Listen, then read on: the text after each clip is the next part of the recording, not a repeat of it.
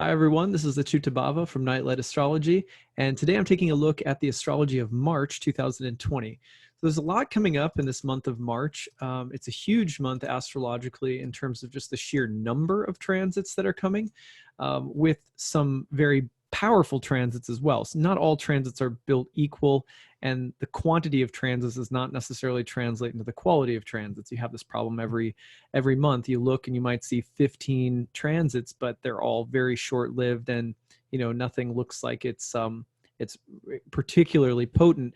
And then other months where you have only a few transits, but they're really strong. And then like this month, you have a lot of transits, and a good number of them are really strong. So we're going to go through from the first of the month to the end of the month and show you what to look for. Now, the simplest way to make use of this information is going to be to return to it throughout the month and check in on the transits that I'm talking about, and then compare your own experiences. And journaling will really help with that if you have an astrological notebook where you can kind of observe your experiences and note the themes that I'm mentioning and reflect on them as those dates are passing by. That's the best way to get use out of a transit or a forecast like this. But the other thing that you can do is, of course, compare to your birth chart. Look at the whole sign houses that the planets are traveling through currently in your own birth chart. Just sort of plug these transits right into the corresponding whole sign houses of your chart and see how the transits are showing up in the very specific topical areas of life. If you know a little bit about your chart already and know the topics of the houses, that's another easy way to make use of this. And of course, the last way to make use of it is going to be, remember to check out the monthly sun and rising sign horoscopes that I have. You can also follow along and check those out and see how the transits that I'm mentioning in this forecast, a little bit of a more pared down version of this forecast for sun and rising signs that I make as well. So be sure to check those out.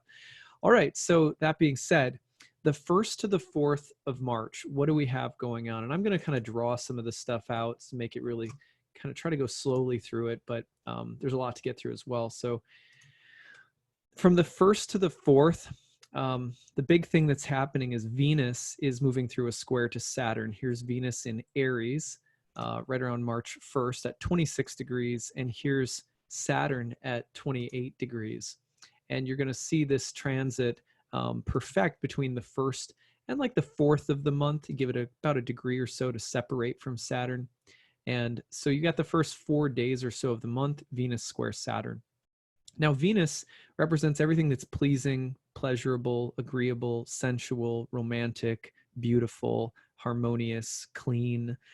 When Venus is debilitated in Aries and going through a square to Saturn the first 4 days of the month, you could expect that there will be some more difficult encounters for Venusian things, just basic, baseline Saturn facing hardships, restriction, limitation, difficulty, death, decay, winter, all things that Saturn signifies. This is a pretty good Saturn, a Saturn that's very well dignified and in its own sign of Capricorn. And so you might expect some of the higher end Saturnine things to come through. For example, Venus and Saturn is like the fine wine that ages and becomes beautiful in time.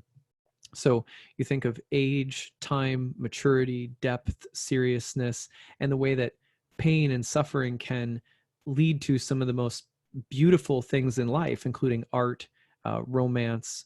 Venus Saturn is like the late life romance, that comes, you meet someone and you realize I've met the person I'm meant to be with, but I'm 65. Venus Saturn will have a little tinge of the wintry part of Saturn, but can lead to deepening commitments and seriousness. So much of what makes something beautiful is tinged by an experience of pain or suffering. It allows us to appreciate the depth of something. So get a little bit of that energy with Venus and Saturn at the very beginning of the month, which can actually add to the beauty of Venus, or add in more serious or mature learning experiences and so forth. It can also be about age differences in love, which might be an interesting thing to look at. Now, when we go forward from there, on March 5th, the very next day, Venus is going to enter Taurus. And as soon as Venus enters Taurus on the 5th, between the 5th and the 9th, you're going to see Venus go through a conjunction to the planet Uranus in the sign of Taurus. So Venus immediately picks up dignity. Now Venus is in her home sign. And so a lot more comfortable and able to express Venus's own natural significations without the filter of its natural planetary contrary, which is Mars. You get a Mars-Venus theme, you got to push and pull between the yin and yang of Mars and Venus. That's a little bit more stressful for Venus. Now Venus is in, Venus's own domicile, her own home, a lot more easy to express herself. So just more positive, stronger Venusian things showing up. And you can look again to the whole sign house in your chart or what have you. But then Venus is conjoining Uranus. And this is a planet of rebellion, of individuation and independence, of sudden erratic events and sometimes disruptions. So, when Venus conjoins Uranus, sometimes it's that sudden, inventive, electric, liberating, individuating change. It's a change in wardrobe. It's a change in style. It's getting out of the relationship that's suffocating. It is a sudden break in relationship or the formation of a new appearance or image or a new relationship that is in some ways outside of the box. It can be very inventive and original and creative. It can also be a little experimental, especially around art, sex, romance, beauty, love. You can also see issues related to,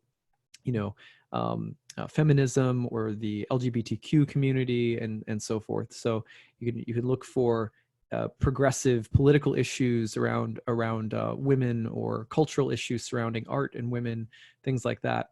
So that's all the way through the 5th. So you got a lot of Venus action to start the month. And actually I said the 5th, that goes all the way up through the 9th, excuse me. So Venus squares Saturn between the 1st and the 4th, and then enters Taurus on the 5th, and then all the way up to the 9th is moving into the conjunction with Uranus. Now, in between there, you're going to see another transit that's coming through that'll sneak by in just a couple of days. It's not long lasting, but worth paying attention to in your astrological diary, as I like to do. I keep track of these things for myself. And you'll notice that the sun is going through a conjunction to Neptune. This is happening right around the 8th and 9th of the month. Whenever the sun goes through a conjunction to Neptune, you have to watch out for, on the shadow side, the aggrandizement of solar things, the ego, the father, the leader, the person who claims that they're Jesus Christ come back again, this kind of delusional, messianic, crazy illusions or delusions of grandeur. So watch for the inflated, otherworldly, sort of hypnotizing egos, or your own. We can all fall victim to getting a little bit of an aggrandized ego, or it's that aggrandized and completely unrealistic vision that comes in. This is what I'm going to do. On the other hand, aside from the potential to drink the Kool-Aid, there is a real way in which the sun with Neptune is that otherworldly, mystical vision. It's that artists have, that mystics have, that people like Joan of Arc had. It's the transmission from another world. And there is something to be said for this. It's not all just hokum. It's not all just bogus illusions.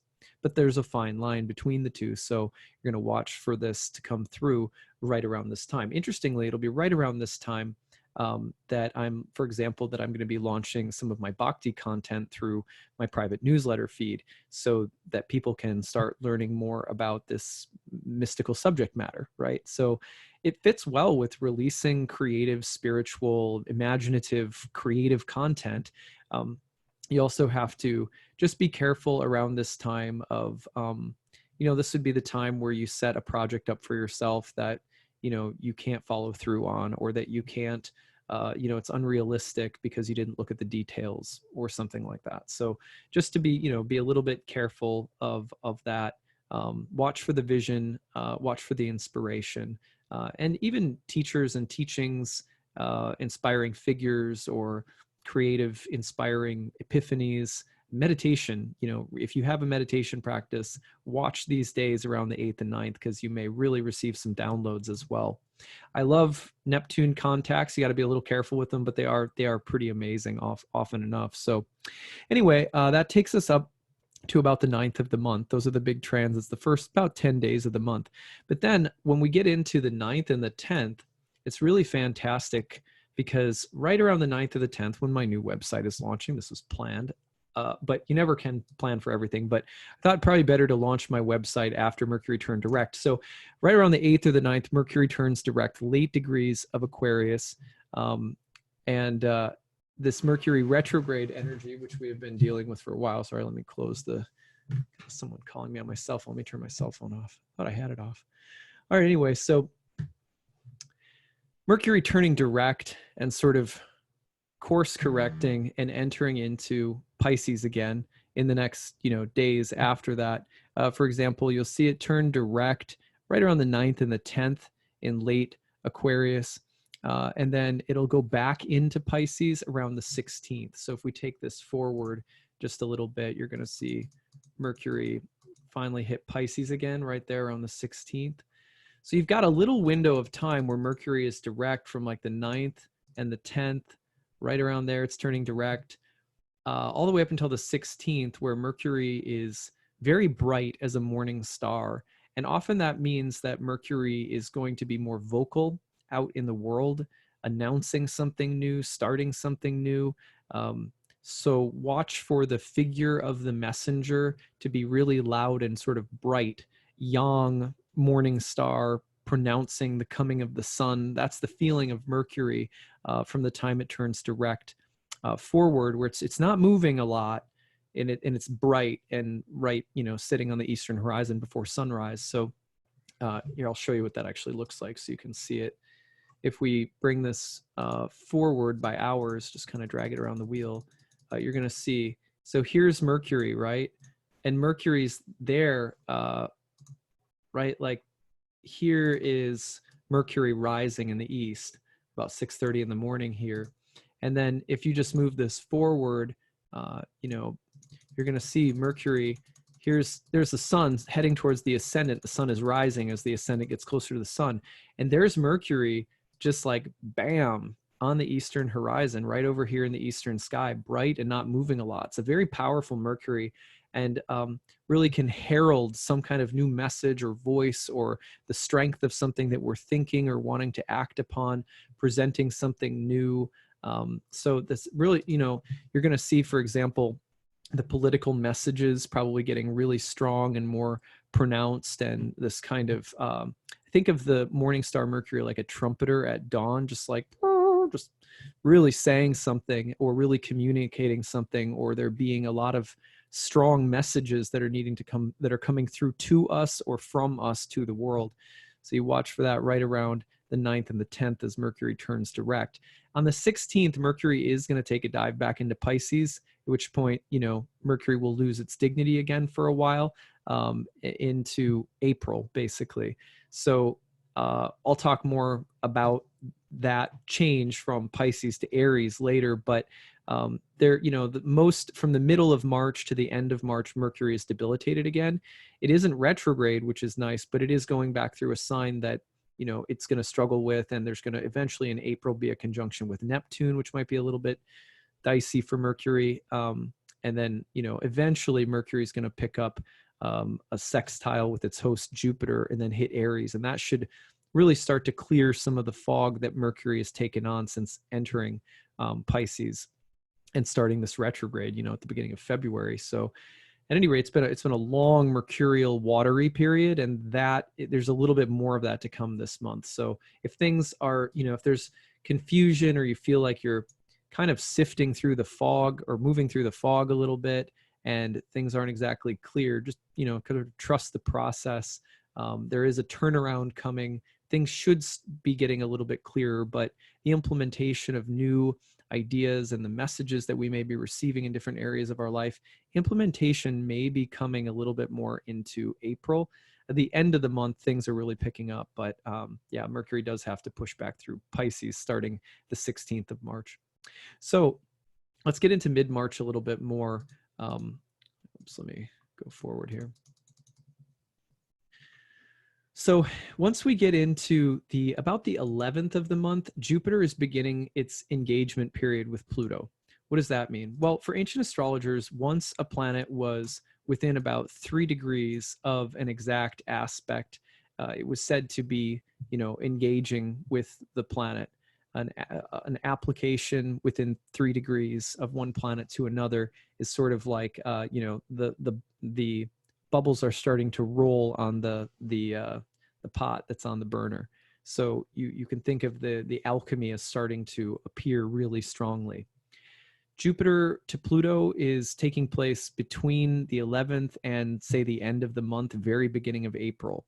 What does that mean, generally speaking? Well, I mean, you've got a log jam in late Capricorn happening here, first of all, as you can see. And everyone, we've been talking about this, you know, since the beginning of the year. But Jupiter is going to conjoin with Pluto, and then eventually, you know, by the very end of the year, we'll conjoin with Saturn, and both will enter Aquarius together for a Jupiter-Saturn conjunction. It's pretty magical. But first, it's really Jupiter-Pluto, the story of Jupiter-Pluto. And this month, Mars is getting in on the action as well. Talk about more about that a little bit. But the first thing to think about is that Jupiter brings growth and proliferation.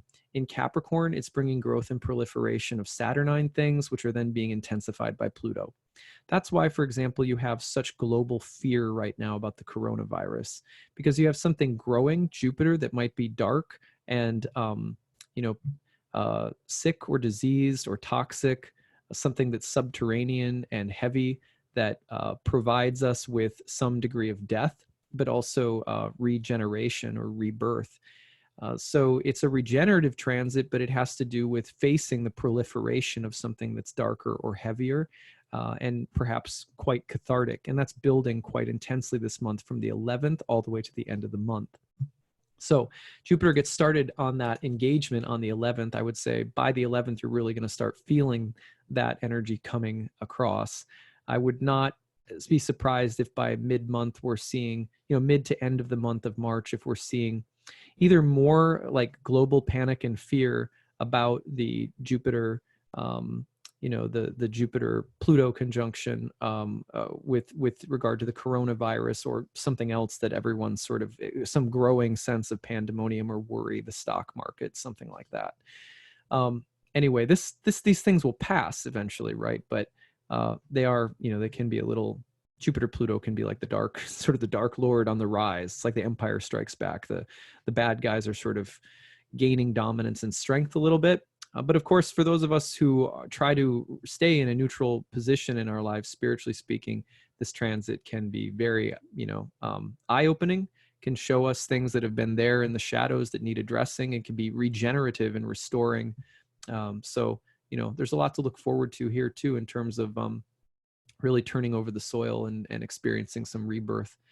Now, I also talked about the potential for their axiomatic truth claims, belief, and faith to be challenged, changed, reborn, transformed, core issues around ethics, justice, truth, education, spirituality, religion, to go through some death and rebirth. Okay, so on the 9th of the month, I think I said the 11th, Jupiter starts. I actually skipped over something. I got to go back a second. Sorry.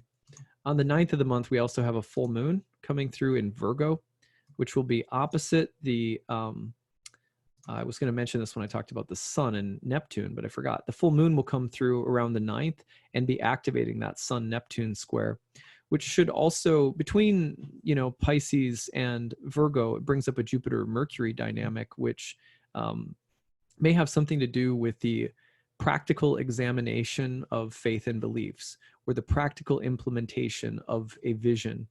Practical on the Virgo earthy side, the vision or the faith or the beliefs on the Virgo Pisces side with the sun and Neptune in Pisces. But also just questions about purity and faith, questions about work and the details versus the big picture. Those kinds of tensions will come up around this full moon. So, all right, now back forward to the 11th. So like I said, Jupiter from the 11th on is going into the conjunction with Pluto. Sorry, I had to back up there for a second. Now we go forward a little bit, and we're going to get into the 19th and 20th of the month, the next really big transit, and that is going to be the beginning of Mars engaging with both Jupiter and Pluto within 3 degrees of both of them right around this time. And of course, we have, this is just a really important period of time because, oh, excuse me, I'm sorry, not the engagement.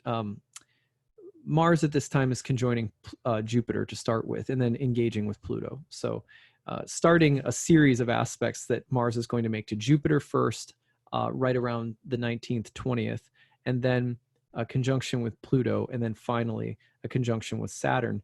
All of that's happening by the end of the month. So Mars is now starting to fire up. And this is really important because right as Mars is conjoining Jupiter, look, the day after Mars passes over the conjunction to Jupiter, the Sun is entering Aries, which is the spring equinox. And of course, the Sun is exalted in Aries, and it is the home sign of Mars. So this is such a powerful moment, because basically what you have is the kick-starting of the solar or yang half of the year, with the Sun entering Aries, fueled by Mars, who is being empowered, intensified by Jupiter and Pluto. What to speak of Saturn, which is coming up by the end of the month as well. So typically I would look at this and go, look, a huge abundance of energy in cardinal signs with an underlying Mars theme, with an exalted Mars, with Mars like eating power-up bars with Pluto and Jupiter. This is going to be about action, confrontation, conflict, addressing something head on, moving with a head full of steam right at the projects or work that you're doing, probably seeing a lot of practical results, the potential for a little bit of ruthlessness or, kind of bulldozing or steamrolling people. Got to be careful of that. But this is also about addressing things with power, strength, depth, intensity, force, with the shadows of ruthlessness or ego or control or power or domination as potential issues to be looked at. But it is just a powerhouse of a spring equinox coming through right around the 20th. 19th, let's do it in a row. 19th, Mars conjoins Jupiter. 20th, the spring equinox, the Sun exalted in Aries, disposed of by the exalted Mars in Capricorn that's just separating from Jupiter. The 22nd and 23rd, then you've got Mars going right into the conjunction with Pluto. So continues on this kind of detonation course of action and intensity and kind of Mars themes, which confrontational, explosive, cathartic, those are the key words to use. Also productive. And then, as if that's not enough, then on the 22nd, right in the midst of all of that, look at what's happening here.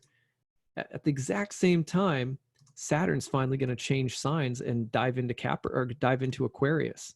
And as soon as it dives into Aquarius, it's moving into a whole sign and eventually an exact aspect, but a whole sign square with Uranus, just about 4 degrees off from a square to Uranus and Taurus. So now we've got a Saturn-Uranus dynamic coming in, which is really interesting because typically Saturn-Uranus dynamics have to do with the push and pull between the status quo and invention, rebellion, defiance, revolution, making something sound, solid, systematic, structured, slow, methodical, like that, Saturn, versus sudden, quick, inventive, breaking down old structures, Uranus. Those two planets are getting into it big time right around the end of March. They're in a kind of a grudge match with one another right away, as you've got this Mars just steaming through with Jupiter and Pluto in an exalted position. The Sun's just entered Aries, exalted in the sign of Mars. So it just has this feeling of like the clash of the Titans and the Olympians, just an unstoppable force and an immovable object kind of feeling. I would not be surprised to see some high profile, unfortunately, like accidents or really intense showdowns between big personalities clashing, or the attempt or use and abuse of power, a study in the healthy versus unhealthy use of power and force to get something done, both by the good guys and the bad guys, whoever they might be, just kind of a general exploration of those themes. It's hard to summarize because, as you can see, there's a lot going on simultaneously, but the need and desire to transform fast with strength and power is there, but it's being met with some resistance because of the Saturn-Uranus square that's engaging right at the same time. So that's going to be a really interesting, the end of the month is going to be raucous. Now, When we go a little bit past there, we get to a new moon in Aries. We want to pour a little bit more gasoline on the fire. Then we get a new moon in Aries on March 24th. And this new moon in Aries, by the way, just for a good measure, let's show you this. So this new moon in Aries taking place at about the 4th degree of Aries is happening in a square to the nodes of the moon.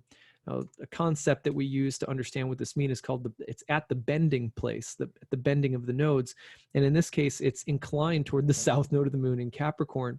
And the south node of the moon in Capricorn is going to, it's going to be about the most expedient, or the, the sort of quickest, fastest, strongest way to work through something, and probably something that we're trying to eliminate, get rid of, cut out of, escape through.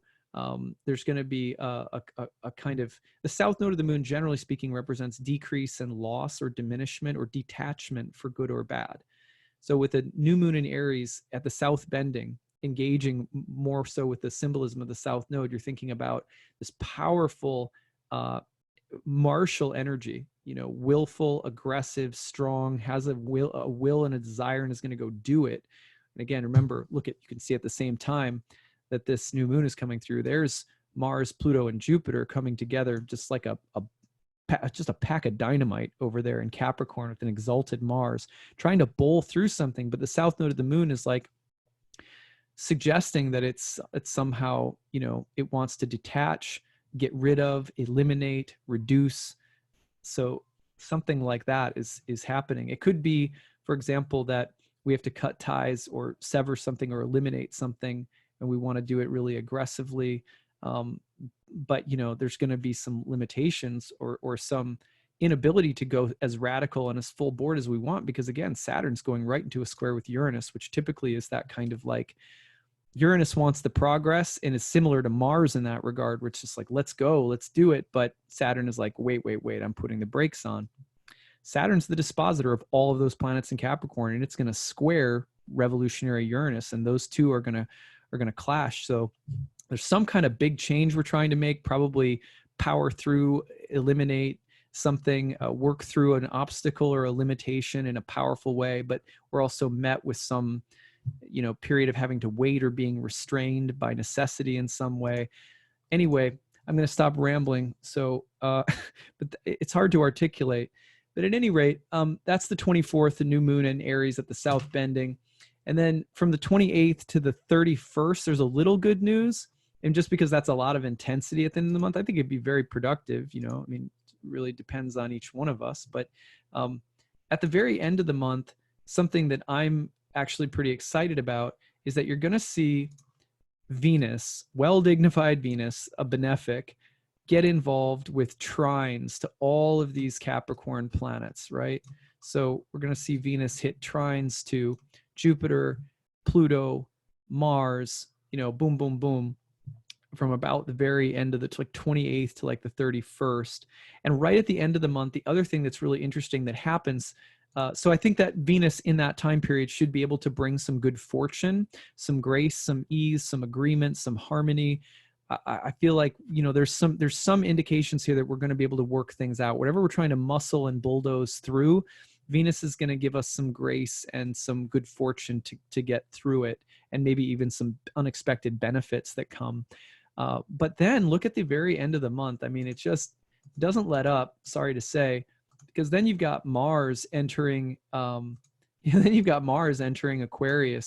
and both are then in the square with Uranus. So Mars, the thing about this that's positive is that Mars-Saturn is a workhorse. I mean, just in terms of getting stuff done, Mars-Saturn is it. It's a pressure cooker that can be very productive and disciplined and focused, like the pressure needed to produce a diamond kind of energy. Square to Uranus, it can be very revolutionary and be about reinventing systems through pressure and hard work, but things can blow. Like it's like too much pressure, too much focus, with too much of an emphasis on trying to change or revolutionize something, something's going to break. So you have to be careful of that toward the end of the month and the beginning of April, actually. But that's the beware, is like, kind of pushing, focusing, concentrating, trying to revolutionize with too much intensity that something's going to kind of break or not work out. But on the other hand, this is also the patient tenacity required in order to create some kind of revolution. And you're going to be feeling that intensifying toward the end of the month. And at first, it looks like it's kind of really explosive and maybe a little bit destructive. But then with Venus coming through, bringing in some sort of fortunate aspects, Venus will then eventually, you're going to see Venus hit the trine to Mars and Saturn. Like in the upcoming days, there's Venus getting in on the trine from once you get into April a ways. Venus is going to pick up on the trine to Saturn and Mars. And so there is kind of this smoothing that comes in, and some kind of concentrated effort that is needed in order to like systematize or hold or structure these powerful energies that at first might come through a little bit more destructive. But that kind of takes us into April. So that's what I've got for you guys this month. I will be riding, alongside of all of these transits in my Astro Coupe, and we'll be looking at them together. Each one along the way will, you guys know if you follow my channel, I will be breaking down all of these aspects, usually one at a time throughout the month, and circling back around to them and adding to the interpretation and deepening our understanding by sharing stories together and stuff like that. So please hit me up with your comments in the comment section.